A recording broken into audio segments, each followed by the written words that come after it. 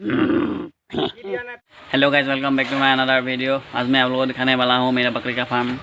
अब जो सरकार ने लागू कर दिया टीओडी, वैसे भी मेरे को अभी तक बकरी नहीं मिला है, इसलिए मैंने छोटा सा बकरी का फार्म खोल लिया है।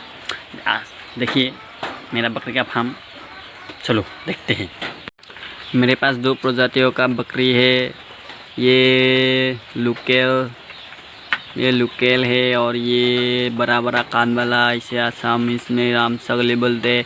हिंदी में क्या बोलते हैं पता नहीं, शायद पितल या कुछ बोलते हैं इसको। मेरे पास अभी 20 बकरियां है।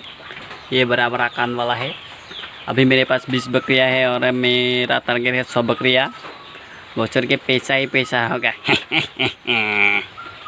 ये है बड़ा वाला कान वाला, ये भी बड़ा कान वाला, ये बड़ा कान वाला नहीं है। मेरे पास अभी 20 बकरियां है। देख लीजिए मेरा छोटा सा बकरी का फार्म। ये है मेरा बकरी, ये इधर देख ले, इधर कहाँ देख रहा है बे, इधर देख ले। ये सब मेरा बकरी है।